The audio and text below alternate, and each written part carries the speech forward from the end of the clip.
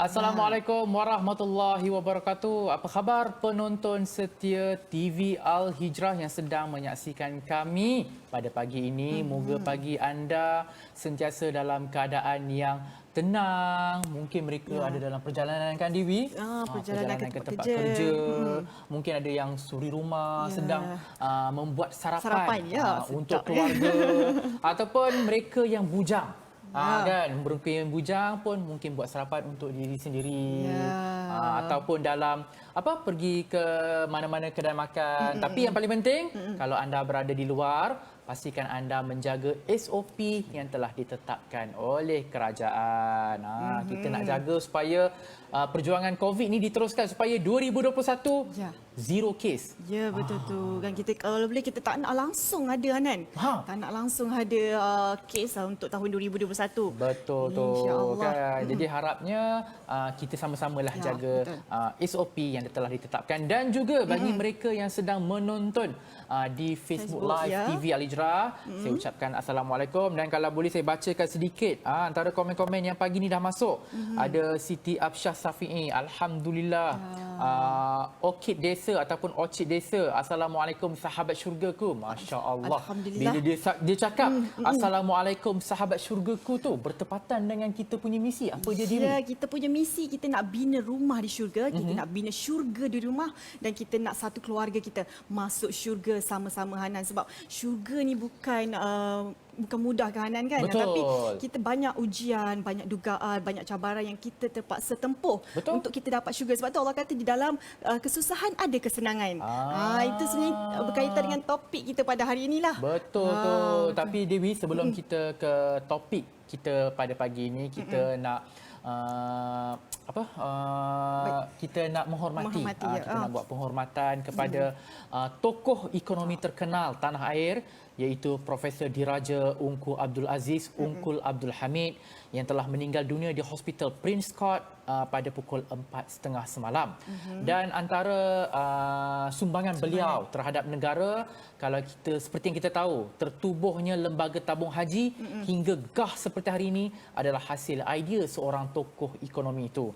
Dan juga selain itu, Allahyarham juga turut terlibat dalam penubuhan Angkatan Koperasi Kebangsaan Malaysia Berhad ataupun lebih dikenali sebagai Angkasa, dan juga beliau merupakan satu-satunya individu yang menerima anugerah Profesor Diraja yang merupakan gelaran profesor paling tinggi di Malaysia. Masya Allah, kita negara kehilangan satu permata. Jadi sama-sama kita memberikan penghormatan terhadap beliau dengan membacakan Al-Fatihah.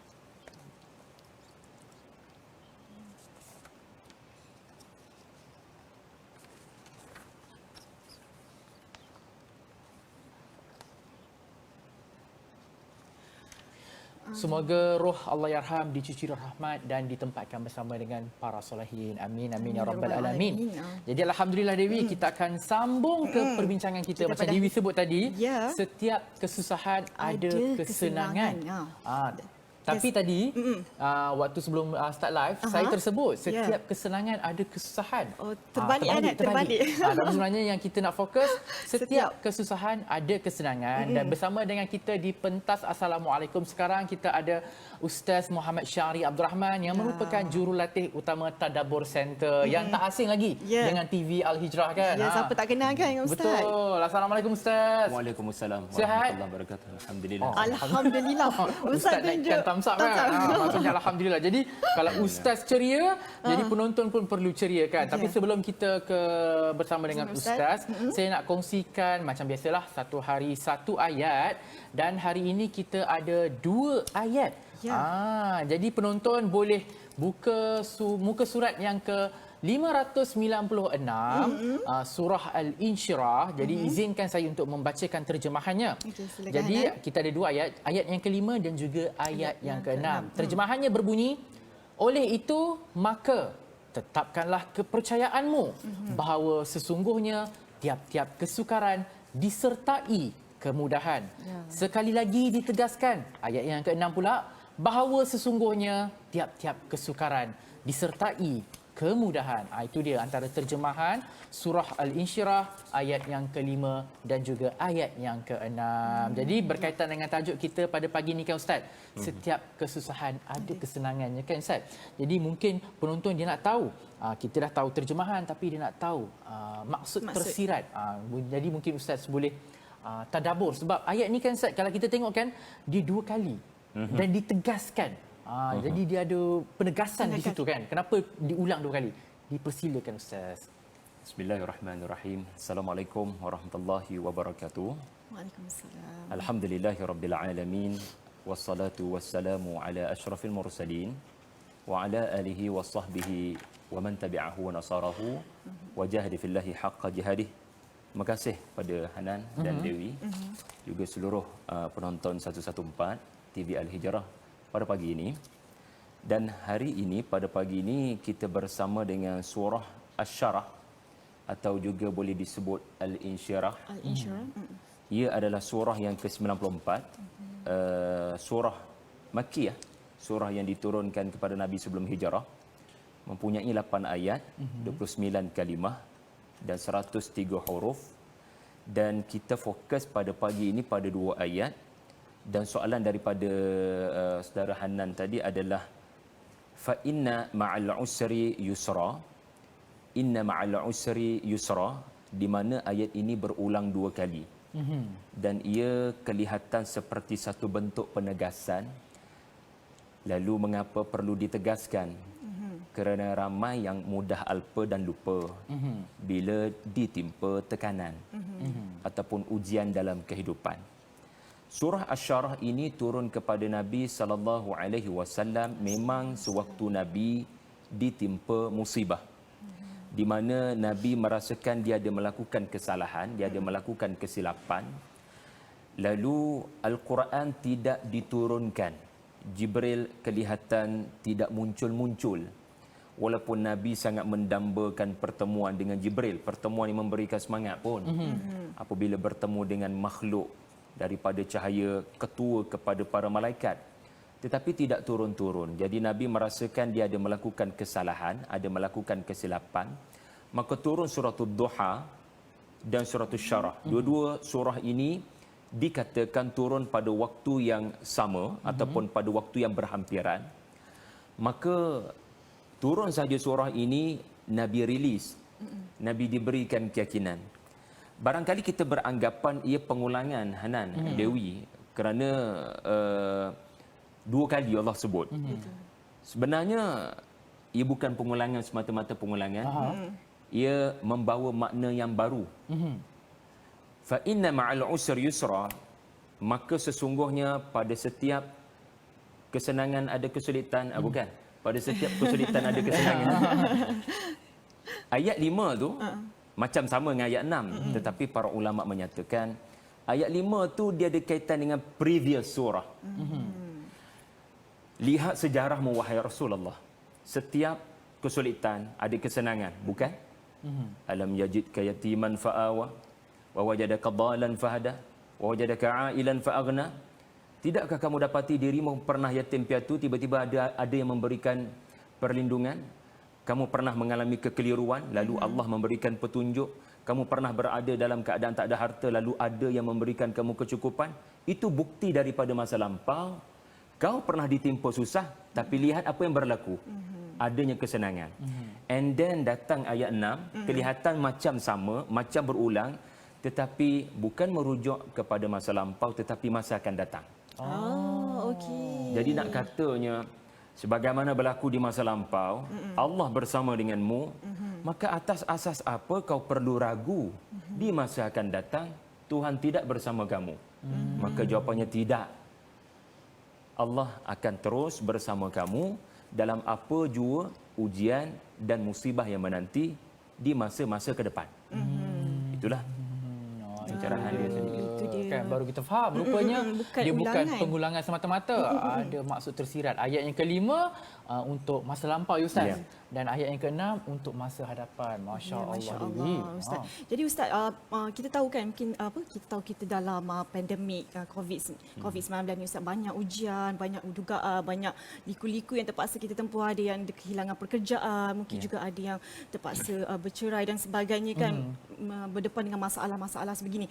Kadang-kadang kita tahu setiap ayat yang yang ada dalam Al-Quran mempunyai maksud yang boleh menjadikan kita panduan, boleh membimbing kita. Jadi mungkin Ustaz boleh jelaskan ayat yang kita baca setiap hari itu sebenarnya itu merupakan panduan untuk kita, hidayah untuk kita, untuk menjadi kita seorang insan yang lebih kuat, lebih beriman kepada Allah Subhanahu Wa Taala. Okey, jadi kalau kita lihat pada pandemik COVID-19 ini, kadang kita tercari-cari atau meraba-raba mencari mana pedoman dan petunjuk daripada Al-Quran apabila musibah ini terjadi. Segelintir orang mereka nak kaitkan masalah dengan Quran ini dengan contohnya corona kan. Lepas tu dia carilah perkataan corona dalam Quran. Lepas tu dia jumpa. Jadi itu bukan cara kita berinteraksi dengan Quran. Sebab ya corona ni memang tidak disebut dalam Quran. Tetapi Quran memang menyebut jawapan kepada setiap masalah dalam kehidupan. Kita kena ingat begini.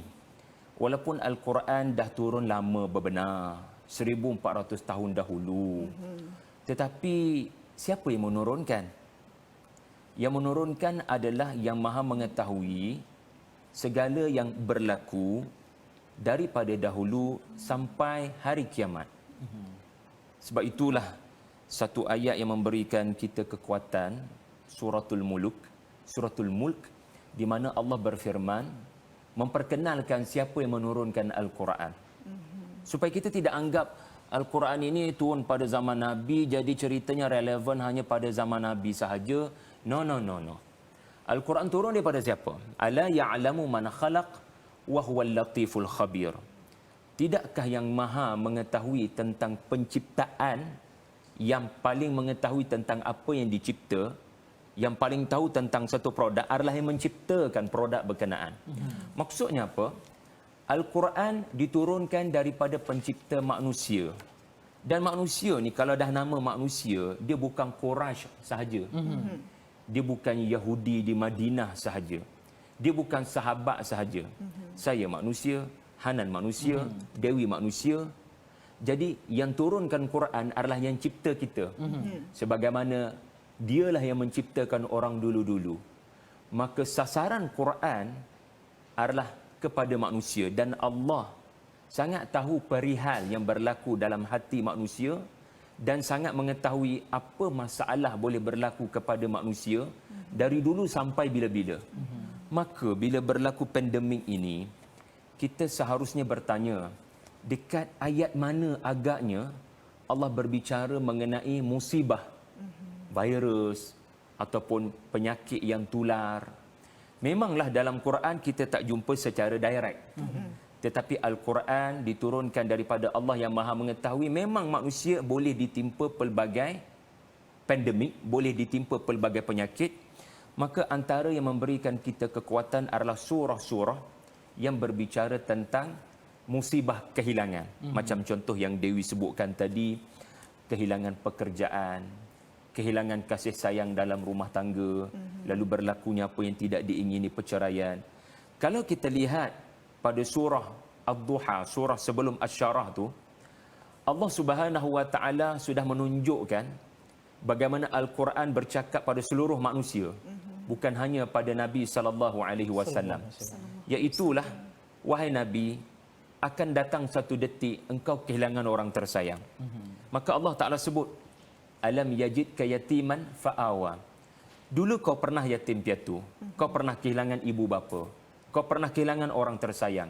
Pandemik COVID-19, ada tak berlaku musibah kehilangan orang tersayang? Ada. Maka ayat ini tuju kepada kita. Sebagai contoh lain, pandemik COVID-19, kehilangan pekerjaan, kehilangan sumber ekonomi, kehilangan kesempitan rezeki. Jadi wa wajadaka ailan fa'aghna. Nabi pernah ditimpa satu keadaan di mana tidak ada harta, Lalu Allah datangkan Khadijah yang sangat hartawan untuk memberikan kecukupan kepada Nabi. Jadi nak katanya, kalau Nabi pernah ditimpa ujian tak ada sebarang harta, maka bukan Nabi sahaja, kamu juga akan berlaku begitu. Walaupun nama macam-macam, pandemik COVID-19, nama macam-macam, tapi isu still sama. Iaitulah, kamu akan diuji dengan rezeki yang disempitkan. Maka ayat-ayat seperti ayat 8, surah Ad-Duha seharusnya memberikan kekuatan. Khadijah sendiri wafat akibat daripada era boikot 3 tahun.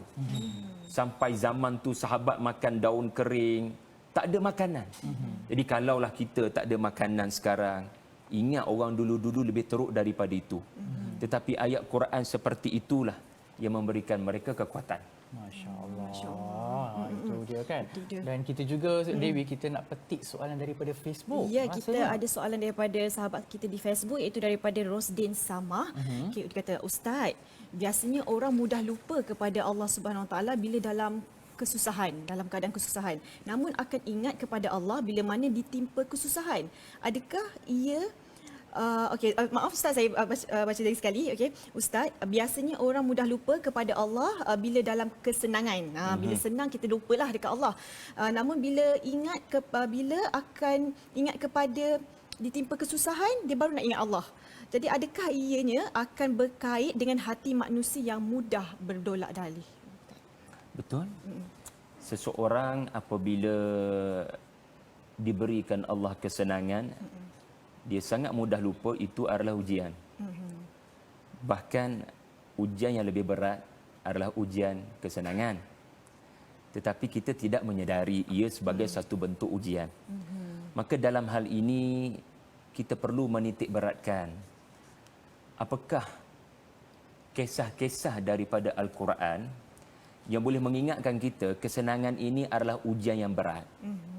Maka bagi saya, kita perlu mengambil kira kisah-kisah seperti orang yang diberikan kesenangan harta.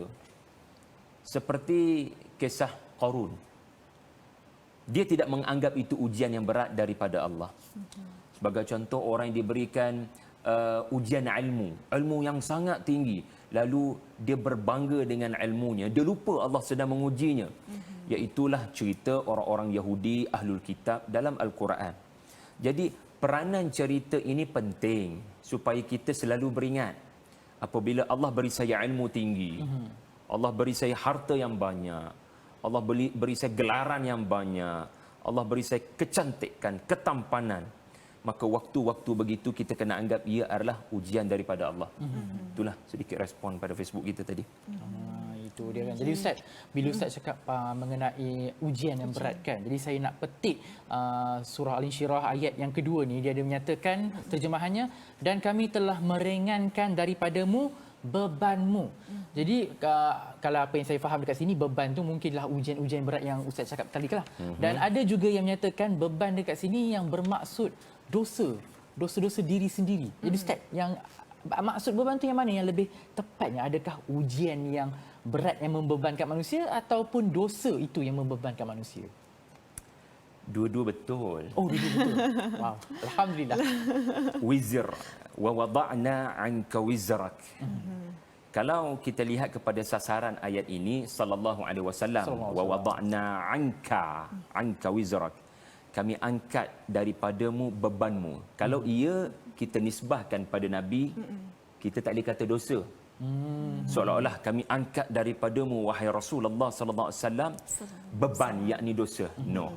Sebab walaupun Nabi belum menjadi rasul pada umur 40, cara Nabi hidup adalah cara hidup Muslim. Walaupun Islam secara formal belum lagi disebut-sebut kerana Quran belum diturunkan dengan sempurna, tetapi cara hidup Nabi adalah cara hidup yang orang tak boleh cari kelemahan. Dalilnya adalah muka surat 210 kepada sesiapa yang memegang mushaf, surah Yunus, "Qul law syaa Allahu ma talautuhu 'alaikum wa la adrakum bih faqad labithtu fikum umran min qabli afala ta'qilun." Afala ta'qilun ni maksudnya, hampa tak fikir ke tak? Hampa tak fikir ke macam mana 40 tahun saya hidup dengan kamu, ada sesuatu yang menyebabkan kamu ragu saya sebagai seorang Rasul. Di mana akhlak Nabi yang sangat baik. Jadi kita fahami wizrak di situ kalau kita kaitkan dengan Nabi, ia bukan dosa. Tapi kalau kita yang baca ayat tu untuk tadabbur, kita yang nak ambil pengajaran, kita sasarkan ayat tu pada kita, maka wizrak itu boleh difahami sebagai dosa. Maka seseorang akan rasa beban dalam hidupnya, rasa tak bahagia, rasa stres, rasa depres, rasa naudzubillah lah daripada nak bunuh diri. Sedar tak sedar ia berpunca daripada hati yang panas. Sebagaimana kita punya rakam Facebook sebutkan tadi, dia berpunca daripada dosa yang tidak diminta daripada Allah pengampunan. Kadang sempit rezeki berpunca daripada dosa yang berlaku.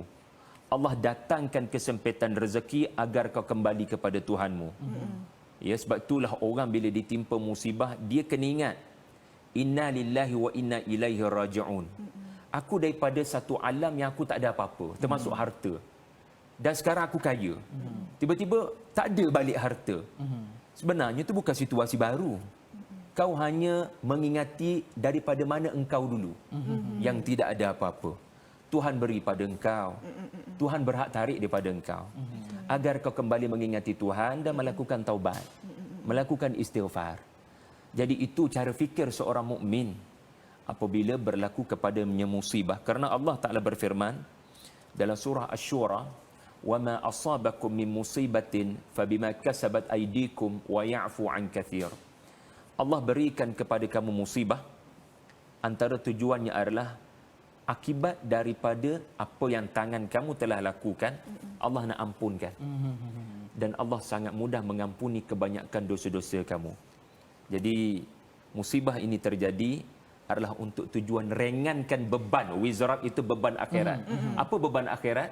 Dosa.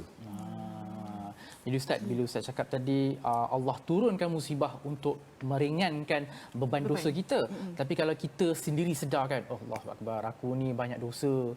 So kita pun nak cuci dosa, kita pun mulalah melakukan kebaikan kan Ustaz. Jadi bila cara kita melakukan kebaikan tu, adakah ialah kiranya macam kita nak sucikan dosa kita sendiri, adakah kita akan mendapat kesenangan tu? Tak semestinya. Tak semestinya. Hanan tanya soalan yang sangat baik ya, sebab kadang seseorang beristighfar, ya Allah ampunkanlah dosa saya. The end of his or her thinking, akhir dia punya pemikiran adalah bila Allah ampunkan dosa saya, should be rezeki lagi murah. Kadang tidak seindah itu.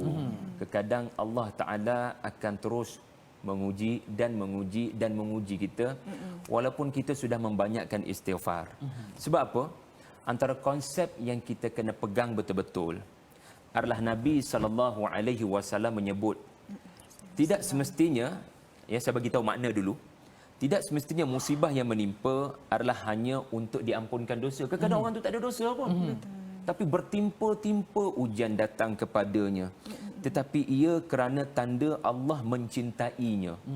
Dan Allah Ta'ala mahu mengangkat darjatnya berbanding orang-orang mukmin yang lain. Dia tak ada dosa. Tetapi Allah timpakan ujian. Macam Nabi Yusuf. Nabi Yusuf ditimpa pelbagai ujian. Bukan sebab baginda buat dosa. Tak. Tetapi kerana Allah nak tinggikan martabatnya, Allah nak tinggikan kedudukannya di syurga, Allah nak tinggikan kedudukannya berbanding daripada orang mukmin yang lain. Kerana itulah Nabi SAW bersabda, Inna 'izamal jazai ma'a 'izamil bala'i. Wa inna Allah Ta'ala idza ahabba qauman ibtalahum. Sesungguhnya besar kadar satu ganjaran adalah berdasarkan besarnya ujian yang menimpa. Lagi besar ujian, bertimpa-timpa ujian, sebenarnya lagi besar ganjaran yang Allah Ta'ala nak beri. Bukan sekadar soal pengampunan dosa. Mungkin dosa tak ada. Tetapi Allah nak tambahkan ganjaran. Dan dengan pertambahan ganjaran itu, maka kedudukannya lebih besar di sisi Allah di akhirat nanti. Masya Allah. Masya Allah. Allahu Akbar. Jadi itulah sebab kita sebagai hamba-Nya kan Hanan, maknanya kita kena berusaha bersungguh-sungguh untuk Allah sayang kita, untuk Allah suka kita kan. Jadi berkaitan dengan lanjut daripada surah Al-Insyirah ayat ke-7 Ustaz, saya bacakan maksud dia. Kemudian apabila engkau telah selesai daripada sesuatu amal soleh, maka bersungguh-sungguhlah engkau berusaha mengerjakan amal soleh yang lain. Maknanya dekat sini difahamkan ayat ni, maknanya kita kena berusaha bersungguh-sungguh untuk kita dapat hidayah Allah, untuk kita dapat pengampunan Allah. Jadi sejauh mana kesungguhan tu kita nak buat Ustaz? Sejauh mana kita perlu bekerja keras untuk kita bersungguh-sungguh tu? Terima kasih Dewi. Fa idza faraghta fansab. Kalau kita perhatikan ayat ni, Allah Taala berfirman, apabila engkau wahai Nabi faraghta, selesai satu urusan. Contoh pukul 8 jap lagi Hanan selesai, Dewi selesai, urusan apa? Urusan Assalamualaikum. Assalamualaikum. Pukul 8 tu ada lagi? Ada lagi. Jadi nak katanya, bila selesai satu urusan, fansab, kita sangka rehatlah. Biasa macam itulah. Kau ni nampak penat sangat ni. Rehatlah Hanan ya. Tetapi ayat Quran kata, fa idza faraghta, bila kau selesai satu urusan wahai Nabi, fansab, penatkan dirimu dengan urusan lain. Wow. Apa yang Allah Ta'ala nak ajar kita? Menerusi apa yang Allah ajar kepada Nabi. Pertama sekali, wahai Nabi, bila kau selesai satu urusan dakwahmu, jangan ada masa meratapi. Jangan ada masa untuk menangisi. Ya, Nabi bukan malaikat, Nabi manusia, Nabi ada rasa tertekan, Nabi ada perasaan, ya Allah, mereka maki aku, mereka caci aku, mereka serang karakter aku. Nabi manusia, Nabi terasa. Tetapi Allah Ta'ala nak didik Nabi, boleh, jangan lama sangat. Kembalikan dirimu sibuk dengan menyampaikan dakwah kepada orang lain pula. Kamu sampaikan dakwah pada kabilah A menentang habis-habisan. Kamu mungkin terasa dalam hatimu. Tetapi Allah didik Nabi, jangan distracted. Jangan sampai apa orang kata mengganggu perilakumu, menyebabkan down lama sangat, tak buat apa-apa. Maka hendaklah engkau sibukkan diri dengan urusan dakwah pada orang lain pula. Fansab juga bermakna, kalau satu cara gagal, maka penatkan dirimu dengan memikir cara lain. Seolah-olah nak katanya, jangan ada waktu yang engkau tak boleh move on lah. Gitu. Kemudian barulah datang wa ila rabbika farghab.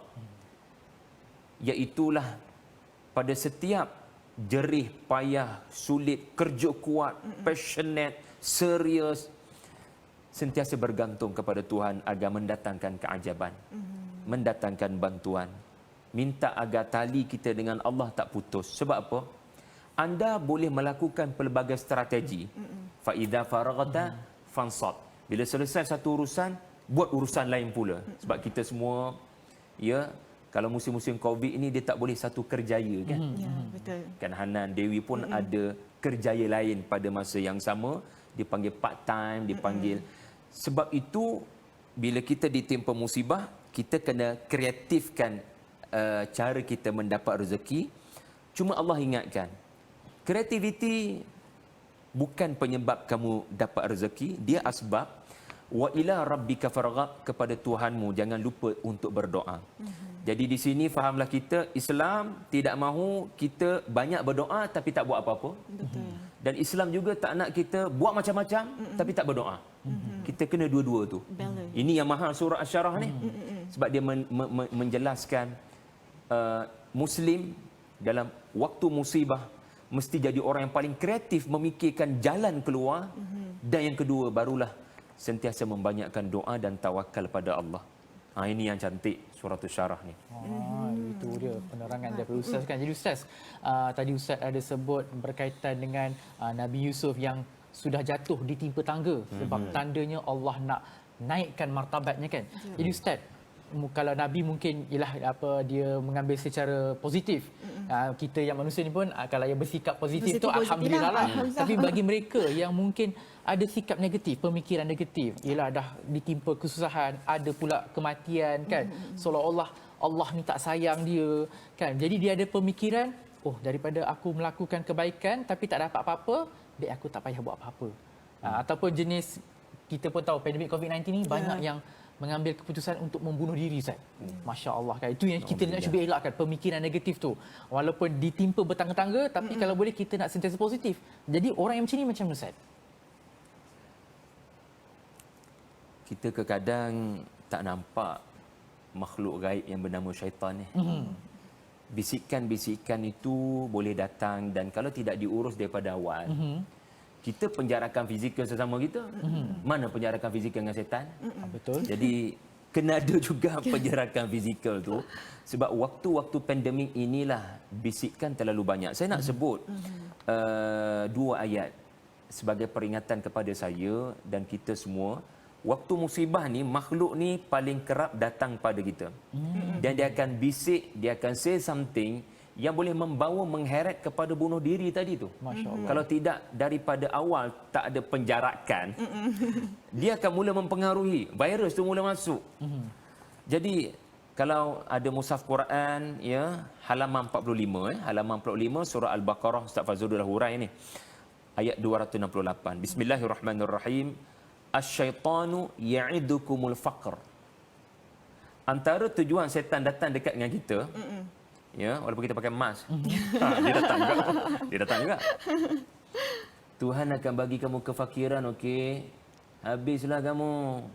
So, simpan duit tu elok-elok, jangan nak sedekah. Simpan duit tu, kalau kau infak, kau sedekah, kau fakir. Kita belajar daripada TV Hijrah. Ustaz suruh banyakkan sedekah. Betul. Atas dasar kemampuan. Janganlah sedekah sampai memudaratkan. Ada 10 sen, 10 sen. Ada RM10, RM10 masuk tabung masjid solat Jumaat. Kan dah boleh kat wilayah ni kan. Jadi masuk masjid. Jangan kita duk membimbangi kefakiran dengan duit keluar nak bantu orang. Ini yang pelik dalam agama ni. Bila kita tak ada duit, kalau nak rezeki, kita keluarkan duit kita. Dalam kadar kemampuan yang kita mampu. Ingat, syaitan akan memberikan janji ataupun dia akan buat kita resah, habislah kamu akan ditimpa kefakiran. Ingat, itu bisikan yang pertama. Adapun bisikan yang kedua, dan ini yang lebih kerap saya rasa, muka surat 543, suratul Mujadilah, ayat yang ke-10. Innaman najwa minasyaitan liyahzunal ladina amanu. Syaitan bila datang pada kita, ya, antara tujuannya adalah nak bagi kau sedih. Habislah engkau. Dan menimbulkan kepada kita satu pegangan mudarat akan berlaku berpunca daripada satu orang, berpunca daripada fulan bin fulan. Walhal Allah Ta'ala balas balik, Allah Ta'ala didik kita untuk balas bisikan syaitan. Walaysa bidarrihim syai'an illa biiznillah. Tak ada orang boleh bagi mudarat pada rezeki kamu. Tak ada orang boleh bagi mudarat kepada nasib kamu, melainkan dengan izin Allah.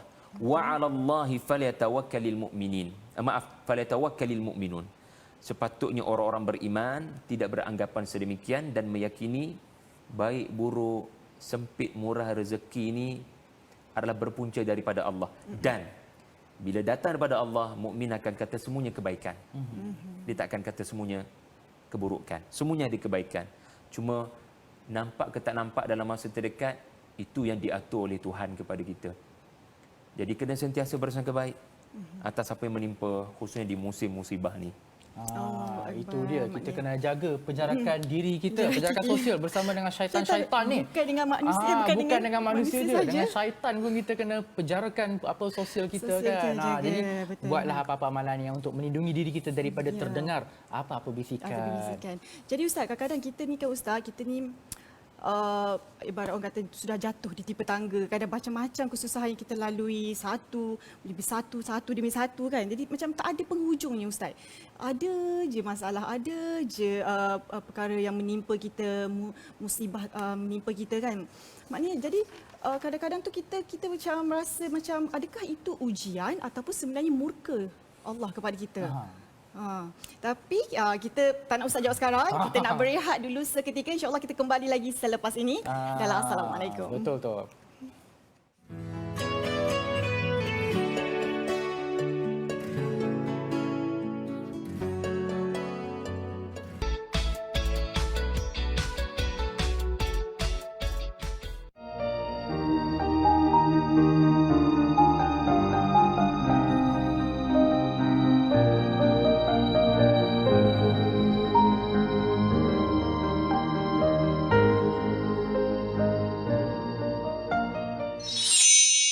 Little Cat Lives.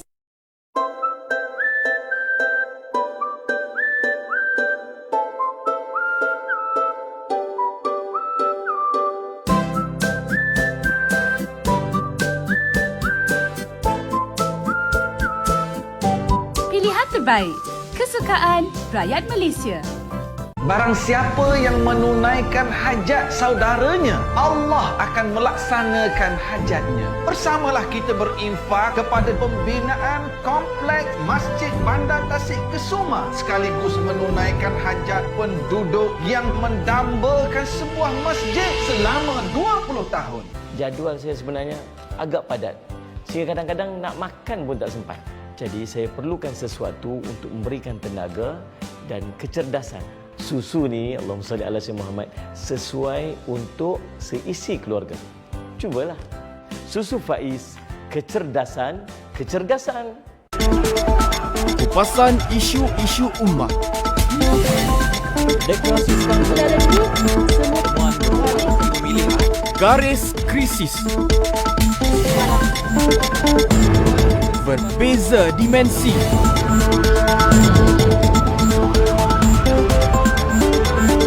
Melangkaui sempadan.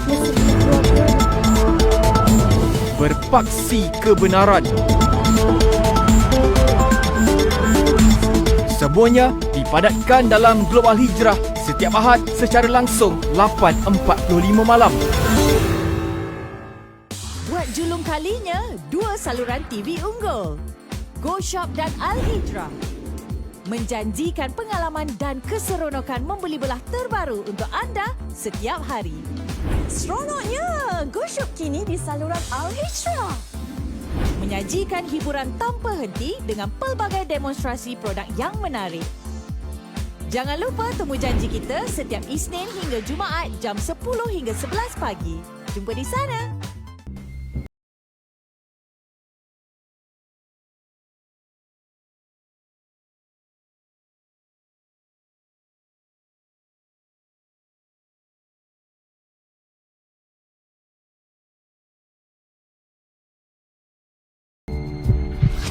Selamat pagi. Kita ambil suhu, ha?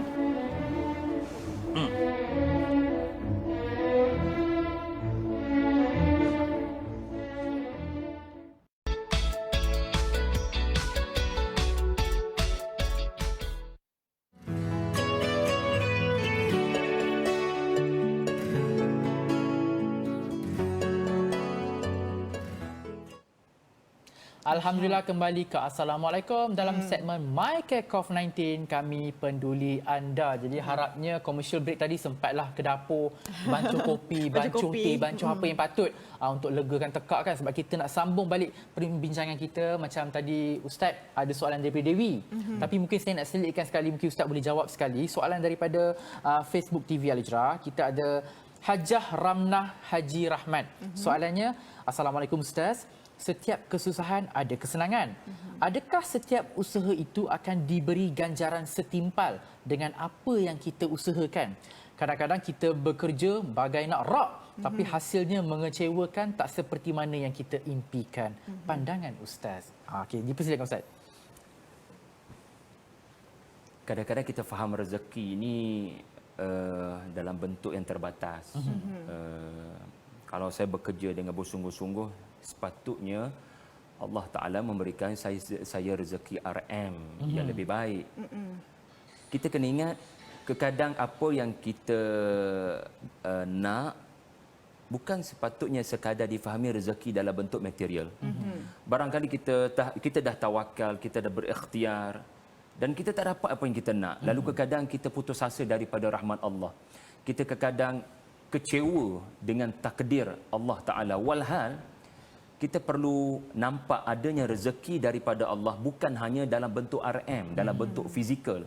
Allah Ta'ala barangkali kerana kamu bekerja kuat dengan bismillah, dengan kerja itu benar-benar jadi ibadah. RM barangkali tidak sebagaimana yang kau nak, tapi Allah bagi rezeki dari sudut kasih sayang anak, kasih sayang suami. Betul. Allah Ta'ala kurniakan rezeki. Sebagai contohlah, antara cerita yang memberikan kita kekuatan, sebab Dewi tanya tadi, sudah jatuh ditimpa tangga. Kita ada kisah Nabi Musa dalam Quran. Satu orang yang Allah bagi rezeki begitu banyak, 30 tahun yang pertama kehidupan baginda, duduk dalam istana Firaun, kesenangan, makan, minum, sehat tubuh badan baginda, gagah perkasa, kawan-kawan ramai, title yang begitu tinggi. Tetapi semua sedia maklum apa kesudahan perjuangan Nabi Musa. Di mana akhirnya baginda hilang segala-galanya umur 30. Baginda meninggalkan istana Firaun selepas berlaku sebuah kejadian. Baginda pernah fakir, tak ada apa-apa. Dan semua sedia maklum kisah Nabi Musa adalah kisah yang sangat banyak di dalam Al-Quran. Bahkan kalau kita baca Quran tu lepas Al-Fatihah tu Al-Baqarah. Baqarah tu saja dah penuh dengan kisah satu orang insan yang sudah jatuh ditimpa tangga. Baginda pernah ada segala-galanya, baginda pernah hilang segala-galanya. Tetapi Allah Ta'ala tidak sekali-kali mengajar kita ini tanda Allah murka. No. Kerana jangan sempitkan makna rezeki Allah dalam bentuk title, harta, seorang yang ada banyak follower. Kerana Musa seorang yang terkenal, popular. Tetapi Musa memahami Allah sedang anugerahkan rezeki lain. Dia memang hilang keluarga, dia memang hilang kehebatan istana Mesir, tetapi Allah bagi rezeki yang lebih baik, namanya rezeki kenabian. Rezeki agama. Dia dapat orang tua di Madian yang mendidik dia dengan lebih baik tentang keagamaan. Jadi saya teringat apa yang Nabi SAW sebut, ya, la taj'alu buyutakum maqabira inna syaitan yanfiru minal baitil ladzi tuqra'u fihi suratul Baqarah. Semua orang barangkali tahu, iaitulah jangan jadikan rumah kamu kubur. Kerana syaitan itu akan lari daripada rumah yang dibacakan padanya suratul Baqarah. Soalannya, kenapa cerita Nabi Musa yang saya sebutkan tadi paling banyak sebut dalam suratul Baqarah? Dan Nabi kata syaitan lari daripada rumah yang dibacakan oleh penghuninya suratul Baqarah. Ramai kita faham sekadar baca. Dan dia syaitan akan lari lah. Tidak semudah tu. Karena setan yang kita sebut tadi tu masih membisikkan lagi kepada kita di rumah tu, kita boleh stres kat rumah. Betul. Dah baca Baqarah dah. Sebab apa? Cerita Nabi Musa ni. Kalau kita tak faham cerita Nabi Musa, kita boleh diganggu syaitan. Apa pengajaran cerita Nabi Musa? Antara tanda-tanda Allah sayang, dia memang jadikan sudah jatuh ditimpa tangga. Walaupun dah hilang segala-galanya, Nabi Musa dapat rezeki kenabian, bimbing Bani Israel. Bani Israel punya perangai punyalah dahsyat. Lepas satu ujian, Nabi diuji lagi dengan kerenah Bani Israel. Adakah itu tanda Allah murka kepada Musa? Tidak. Macam saya sebut tadi, Allah sedang mengangkat darjat baginda. Sebab itulah, ya, Musa sangat kerap bertemu Nabi SAW dalam peristiwa Mi'raj. Jadi Nabi ni Allah lorongkan dia kena berguru dengan Musa dalam peristiwa Mi'raj. Kerana baginda punya manfaat kepada kita umat. Cerita-cerita baginda mengajar kita, kalau kamu sudah jatuh ditimpa tangga, ada insan yang lebih dahsyat ujiannya daripada kamu. Musa antara tokoh berkenaan. Wallahu a'lam. Wallahu a'lam. Jadi Ustaz, satu penjelasan yang sangat cantik, sebab saya memang setuju dengan apa yang Ustaz kata tadi. Kadang-kadang rezeki ni bukan kita ingat duit. Ya, betul, kita ingatkan duit. Rezeki Malaysia, RM kan. Jadi selalunya kita akan ingat duit saja kan. Tapi sebenarnya tak. Kadang-kadang contohnya rezeki sihat. Sihat tu pun merupakan rezeki kan Ustaz. Dipermudahkan urusan, itu pun rezeki. Dikelilingi oleh orang-orang yang baik, itu pun rezeki. Semoga kita tergolong dalam rezeki macam itulah. Jangan ingat duit aja kan. Itu kalau ingat duit tu macam dah bertuhankan kepada duit pula. Kan? Jadi Ustaz, kalau kita tengok konsep tawakal kembali kepada Allah kan, dan kalau kita lihat ayat yang ke-8 surah ni, hanya kepada Allah kita memohon. Dan Allah juga berfirman banyak kali Ustaz dalam surah yang lain kan, surah Al-Fatihah ayat ke-5, hanya kepada Engkau kami sembah, kami jadi hamba, hanya kepada Engkau kami mohon pertolongan. Surah Al-Ikhlas ayat yang kedua, Allah Subhanahu Wa Taala adalah Tuhan yang bergantung kepadanya segala sesuatu. Maksudnya Allah menyuruh kita kembali kepada Allah. Mungkin Ustaz boleh jelaskan sedikit tentang ayat ini. Okey, Hanan tanya mengenai tawakal. Dan ayat terakhir surah Asy-Syarah itu memang berbicara tentang doa dan tawakal. Kita telah dijelaskan tadi sebelum ayat 8 tu, ayat 7, yalah ayat 7 lah, ayat 8. Tapi saya telah sebutkan tadi, sebelum anda berdoa, anda kena tanya satu soalan. Apa effort yang sudah dibuat? Ayat 7 tu. Sudah berlaku ke fansab, strategi baru. Konsep ni bukan konsep dalam surah Asy-Syarah saja. Surah Asy-Syarah ni dia merumuskan konsep besar dalam Quran. Iaitulah agar doa memustajab, wa ila rabbika farghab, agar doa memustajab hendaklah berikhtiar dengan sebaik mungkin. Sebab tu tawakal, kalau kita ada Nabi Yaqub alaihissalam, kalau Nabi Yaqub ada bersama dengan kita dan mengajar kita makna tawakal, baginda akan kata tawakal ni adalah bila saya suruh anak-anak saya masuk ke pintu sempadan Mesir dari pelbagai pintu, bukan satu pintu. Ini makna tawakal. Sebab tawakal ni bukan, okey anak-anak 10 orang ni masuk satu pintu. Sebab kalau pecah-pecah ni nanti apa-apa jadi tak best pula kan. Jadi bersatu saja. Satu pintu saja. And dia berdoa pada Allah. No. Masuk satu pintu itu bukan strategi yang bijak. Kena masuk dari pelbagai pintu. Itu barulah bijak dan itu namanya tawakal. Lepas tu kalau tuan-tuan ada Quran, buka muka surat 243 di mana Yaqub mendidik kita makna tawakal. Tawakal bukan sekadar berdoa. Tawakal kena ada unsur fa idza faraghta fansab. Aku nak tengok usaha kamu, strategi kamu, ikhtiar kamu. Bila bisnes, satu bisnes terpaksa gulung tikar, ada tak fikir cara lain? Atau kamu sudah putus asa daripada rahmat Allah? Ada banyak pintu boleh masuk. Kenapa masuk satu pintu? Wa qala ya bunayya la tadkhulu min babin wahid wa dukhulu min abwabin mutafarriqah. وَمَا أُغْنِي عَنْكُمْ مِنَ اللَّهِ مِنْ شَيْءٍ إِنِ الْحُكْمُ إِلَّا لِلَّهِ. Ini isunya. عَلَيْهِ تَوَكَّلْتُ وَعَلَيْهِ فَلَتَوَكَّلِ الْمُتَوَكِّلُونَ. Nabi aku kata, this is cara kita tawakal. Iaitulah mempelbagaikan pintu, mempelbagaikan strategi, and then baru wa ila rabbika farghab. Baru mengharap bantuan dan keajaiban daripada Allah. Itu dia. Jadi Ustaz, kita masih lagi dalam perbincangan berkenaan dengan setiap kesusahan ada kesenangan dan kita fokus kat sini mungkin ialah kesusahan yang jenis mungkin musibah, akan pandemik COVID-19, kehilangan pekerjaan. Tapi saya tertarik dengan satu soalan di Facebook Live ni. Saya rasa mungkin kesulitan dia adalah menguruskan anak-anak. Itu pun cabaran juga bagi ibu kan Dewi kan. Tambah pula dapat anak yang nakal tu, masya-Allah kan. Jadi Ustaz, dia namanya Azira Nurman. Soalannya, Assalamualaikum Ustaz.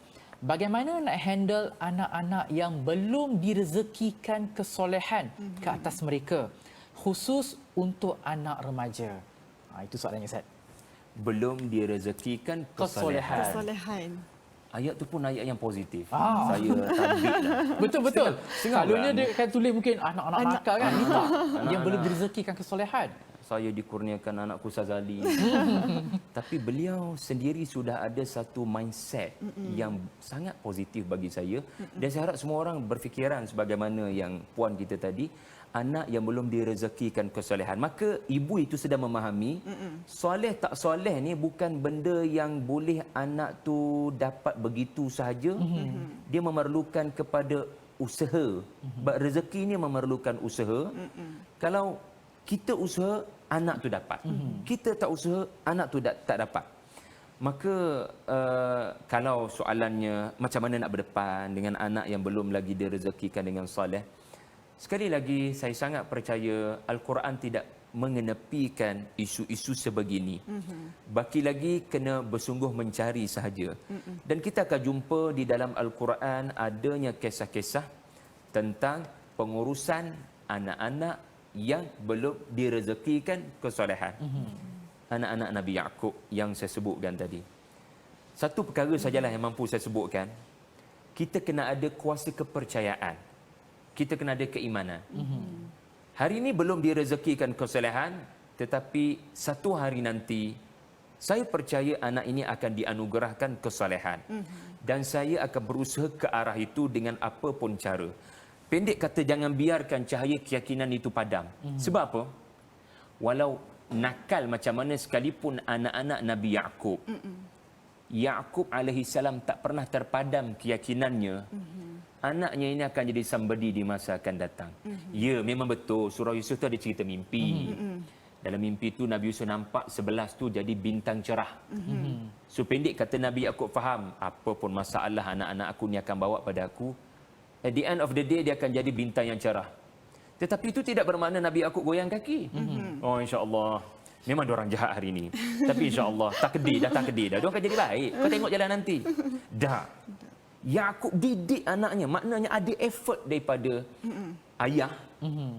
Sebagaimana ayat saya bacakan tadi, ayat tu ayat dia didik anak dia. Cari Yusuf, cari Bunyamin, jangan putus asa. Didikan tu yang menukar anak tu jadi kaukaban, jadi bintang cerah. So point dia macam saya sebutkan tadi, jangan kita guna satu cara, pelbagaikan cara dalam pendidikan anak. Sekali lagi ayat 7 boleh menjadi teras kepada puan yang bertanya, jangan guna satu cara, fa idza faraghta, tak boleh satu cara, guna cara yang kedua.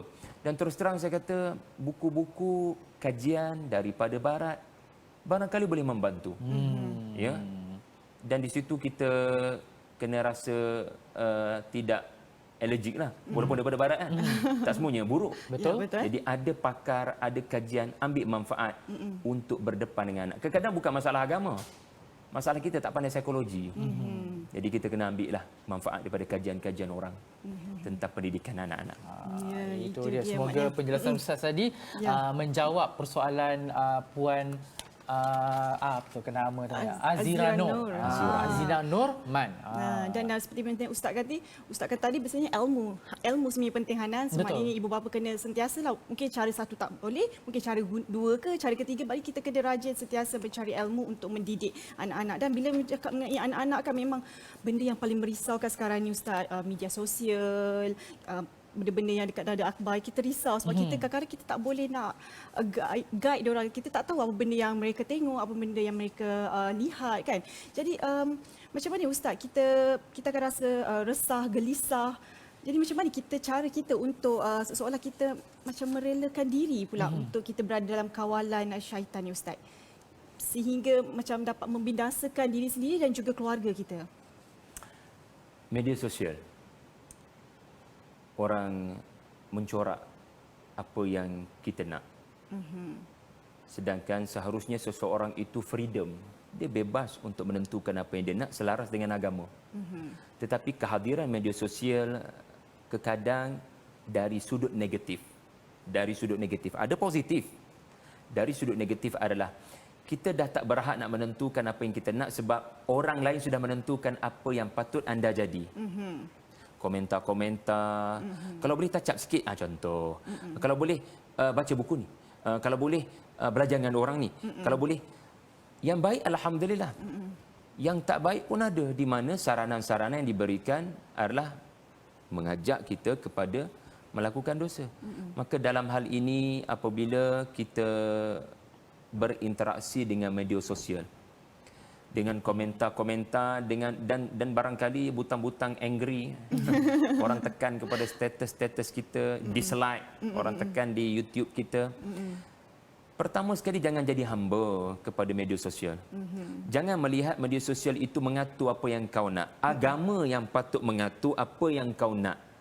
Dan Al-Quran seringkali menegaskan majoriti manusia berada dalam kesesatan. Pendek kata, kalau kita mengurus diri berdasarkan apa yang pengikut kita nak, kita sudah mendedahkan diri kita kepada bahaya. Sejak bila follower kita menentukan apa yang penting dalam hidup saya? Betul. Bukan mereka yang menentukan.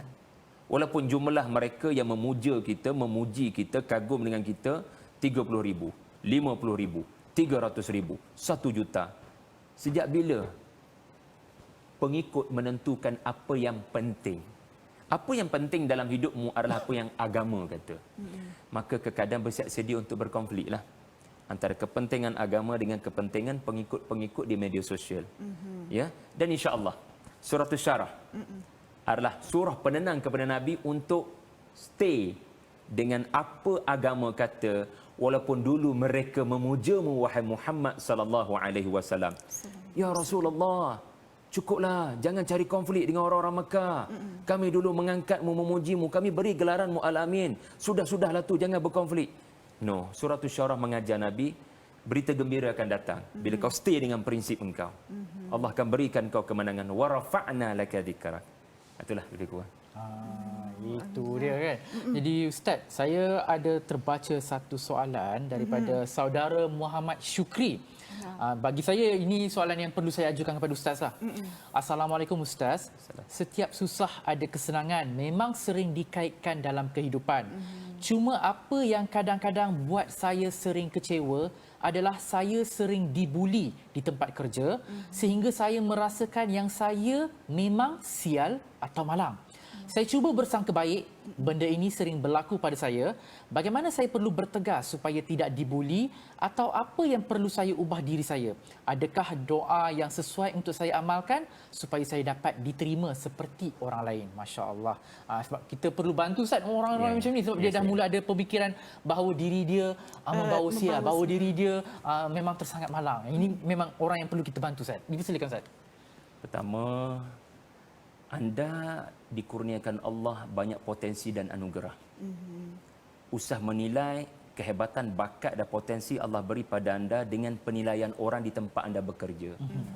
Manusia memang selalu memandang kita dengan pandangan satu sen, dengan pandangan sebelah mata. Maka prinsip nombor 1, bekerjalah dengan mengharapkan Allah memberikan kepada kita belas kasihan. Bukan mengharapkan belas kasihan orang sekeliling. Nombor 2, kita perlu membuat keputusan besar dalam hidup. Kadang kita kena berdoa. Dan saya mungkin boleh berikan doa-doa tertentu. Tetapi macam saya kata tadi, ayat 8 tu sebelum dia ayat 7. Kita kena memikirkan cara-cara lain untuk keluar. Nombor 3, kita kena ingat bukan kita sahaja yang pernah dibuli. Nabi Yusuf pernah dibuli. Dalam suasana 10 orang yang lebih senior dalam rumahnya. Dan apa berlaku pada Nabi Yusuf? Adakah bagi dia berdoa supaya tidak dibuli? Allah atur kepadanya satu perkara yang saya mudahkan kata, akhirnya baginda berhijrah. Allah atur baginda untuk meninggalkan tempat berkenaan. Jadi, kadang tuan yang bertanya perlu memikirkan dengan serius, adakah perlu saya kekal di sini? Maka mungkin sudah perlu ada rencana untuk meninggalkan. Tetapi itu sebagai pelan yang terakhir. Sebab saya faham kita keluar daripada satu tempat kerja, bukan mudah nak dapat kerja lain pada waktu ini. Betul. Tetapi waktu ini kita kena berbincang. Saya sarankan supaya bukan sekadar pakar-pakar agama, pakar-pakar psikologi, kita wajar rujuk waktu ini. Mereka ada saranan-saranan berdepan dengan bully dan ragging. Walaupun bukan bully fizikal, boleh berlaku bully di cyber. Jadi semua ini bukan sekadar memerlukan ayat-ayat kekuatan. Dan kalau anda tanya saya apakah ayat itu, saya merasakan antara ayat memberikan kekuatan adalah surah Yusuf. Yang menunjukkan baginda bukan setakat dibuli oleh lelaki-lelaki yang bernama saudara-saudaranya, baginda juga dibuli oleh wanita-wanita Mesir. Marilah ke arah kami pula Yusuf, kau terlalu tampan. Dia kena buli. Akhirnya ke mana dia pergi? Penjara. Allah kata, Allah Ta'ala nak ajar, kau jangan stay di takut yang sama bila hujan-hujan ni datang. Fikirkan apa yang boleh kita lakukan. Wallahualam. Jadi harapnya menjawablah persoalan daripada Encik Muhammad Syukri tadi. Ya, betul tu kan. Jadi sebab sebenarnya kita tak boleh selesa lah Ustaz kan. Maknanya kita kena cuba untuk mengubah. Kalau ada perlu yang kita perbaiki lah. Maknanya kita tukar cara kita bagaimana untuk menyelesaikan masalah kita. Jadi Ustaz, kita tahu surah Insyirah ni banyak sangat dia punya kebaikan, banyak sangat fadilat yang boleh kita amalkan. Ada lagi tak Ustaz, apa lagi yang terdapat fadilat-fadilat di dalam surah Al-Insyirah ni yang boleh kita amalkan? Mungkin ada tak waktu-waktu tertentu ke Ustaz yang kita boleh baca surah Insyirah ni? Kalau saya lah Dewi, bila lemah semangat je, bila kita down je memang surah Syarah. Memanglah tak ada Nabi sebut secara spesifik barang siapa membaca surah Asy-Syarah Allah akan bagi kepadanya rezeki. Tak adalah spesifik tu. Tetapi makna ayat ni kalau kita perhati, kita tadabbur elok-elok, sebagai contoh, alam nasyrah laka sadrak. Apa yang kita faham? Kalau kita faham, insya-Allah kita akan jadi orang yang positif, memanjang walau apa pun berlaku. Alam nasyrah ini bermaksud kamu bila berdepan dengan benda susah, kamu takkan tafsirkan itu kesusahan. So it is all about mindset. Kami lapangkan dada. Apa maksud kami lapangkan dada? Walaupun ada ulama tafsirkan proses belah dada dengan air zam-zam, itu tafsiran. Tetapi tafsiran yang lebih kuat pada pandangan saya adalah Nabi diberikan satu kekuatan, iaitulah Nabi akan ditimpa kesusahan. Ayat ni bukan menunjukkan kapet merah. Nabi tak akan susah. Nabi akan banyak susah lagi. Tetapi Allah akan kurniakan satu kekuatan di mana Nabi tak akan rasa dia tak boleh move on dengan kesusahan tu. Dia tak akan tafsirkan musibah sebagai keburukan. Dan ini nikmat yang sangat besar daripada surah ni. Surah ni seolah-olah memberikan kamu cara pandang yang berbeza kepada musibah. Di mana musibah ini sebenarnya mengampunkan dosa, wa wada'na anka wizrak. Musibah ni mengangkat darjat kamu, wa rafa'na laka dzikra. Ni yang mahal surah ni. Jadi bagi saya, bila anda menghadapi tekanan perasaan, kita cuba ambil sikap Umar Abdul Aziz. Dia bukan setakat baca surah ni je. Dia baca surah sebelum tu sebab dia macam package sekali. Baru dia boleh rasa apa yang kita sebut tadi 2 kali pengulangan tu. Jadi benda dah berlaku di masa lampau, akan datang pun begitu, di mana setiap kesulitan bersama dengannya kesenangan. Kenapa bersama? Nak katanya tak jauh mana pun, benda senang tu Allah Ta'ala akan atur. Jadi percaya pada surah Asy-Syarah ni lah. Itu dia, Masya Allah kan. Jadi percaya kepada surah Syarah tadi kan. Jadi bagi mereka yang mungkin ada kesulitan, kepayahan, macam Ustaz cakap tadi, sentiasa positif. Kan, sentiasa positif, sentiasa ikhtiar lah kan. Macam Ustaz cakap tadi, untuk jawapan kepada Ustaz Syukri, saya sangat suka lah Ustaz kan. Sebab ialah mungkin kita dah terlalu lama di satu tempat dan mendatangkan beban. Adakah kita perlu biarkan diri kita dibuli, ataupun kita yang perlu take action, kita yang perlu ambil step, mungkin berubah. Kalau tak juga berubah situasi tu, kita perlu keluarlah daripada tempat tu sebab tempat tu membebankan. Jadi kita perlu berhijrah lah kan. Jadi harapnya perbincangan hari ini memberi manfaat kepada anda-anda semua kan. Jadi Ustaz, mungkin ada doa ataupun amalan yang penonton kita boleh amalkan untuk, ialah kita tahu sebab kita selalu ada kesulitan dalam hidup. Mungkin ada apa-apa doa yang mereka boleh amalkan supaya diberi kelapangan dada, supaya sentiasa positif dan akhirnya kesenangan itu muncul. Okey, insya-Allah kalau doa, memang ada satu doa yang saya boleh sarankan daripada hadis Nabi Sahih Bukhari. Sebab kita pandemik ni ada 2 benda besar saya rasa. Satu, mudah sangka buruk pada Allah. Musibah ni memang mengganggu hidup. Yang kedua, jadi malas nak buat, give up. Sebab kita terpaksa gulung tikar. Doa itu berbunyi, Allahumma inni a'udzubika minal hammi wal hazan. Wa a'udzubika minal ajzi wal kasal. Wa a'udzubika minal jubni wal bukhl. Wa a'udzubika min ghalabatid daini wa qahrir rijal. Terjemahannya, ya Allah, lindungi kami daripada kebimbangan dan kesedihan. Ini prasangka ni. Orang yang prasangka baik, dia takkan ada perasaan sedih. Allahumma inni a'udzubika minal hammi wal hazan. Yang kedua, tak boleh hafal semua tak apa. Hafal yang 2 ni je. Allahumma inni a'udzubika minal hammi wal hazan wa a'udzubika minal ajzi wal kasal.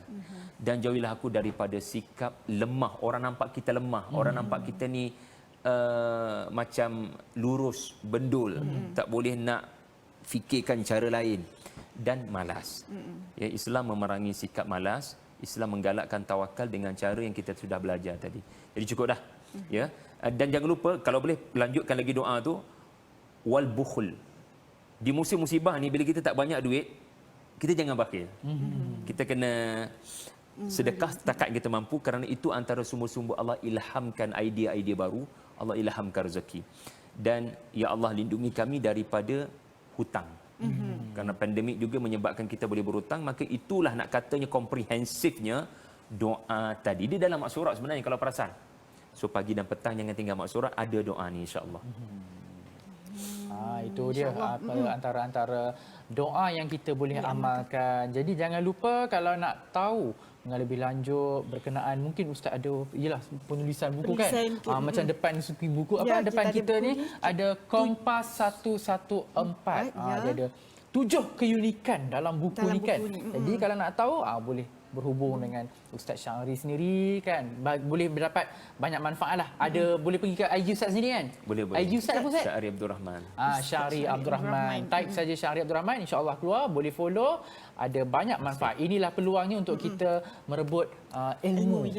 Kan macam Ustaz cakap tadi, inilah masanya untuk kita sentiasa belajar. Hidup ni kita kena sentiasa belajar. Betul, kan sampai kita mati pun kita kena belajar kan. Betul. Ilmu tu dia tak datang sendiri. Dia tak datang sendiri, tiba-tiba datang jumpa Hanan kan. Tak kan. Tak maksudnya kita kena cari ilmu tu, kita kena mempelajari ilmu tu dengan buku-buku yang ada di depan kita sekarang ni. Benar Ustaz. Jadi kita ucapkan terima kasih kepada Ustaz hari ini selaku jurulatih utama Tadabbur Center, Ustaz Muhammad Syahri Abdul Rahman. Terima kasih Ustaz kerana bersama dengan kami. Mudah-mudahan segala ilmu, segala pengajaran yang Ustaz ceritakan memberi manfaat kepada kita dan juga penonton-penonton di rumah dan juga rakan-rakan kita di Facebook. Nak ucapkan jutaan terima kasih juga kepada mereka di Facebook kerana banyak soalan yang tanya, tapi mungkin kita hanya ambil yang betul-betul penting. Yang betul-betul penting je, tapi jangan risau.